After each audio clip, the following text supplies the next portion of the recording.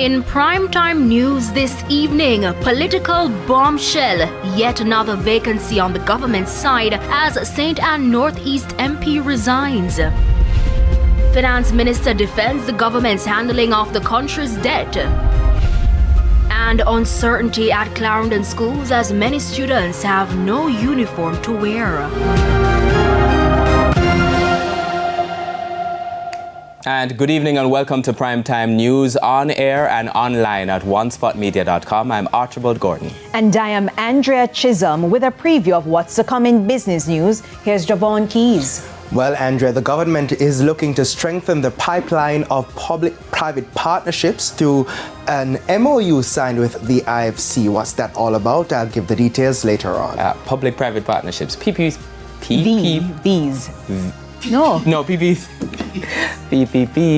And Jordan Ford has a preview of what's coming up in Primetime Sports. Yeah, no such tongue twisters for me, Archie. Well, Jamaica's under-20 team to the World Athletics Under-20 Championships in Lima, Peru has been returning to the island in batches. They're still proud despite a massive decrease in the number of medals from the last championships. I'll have more for you in Primetime Sports Tuesday.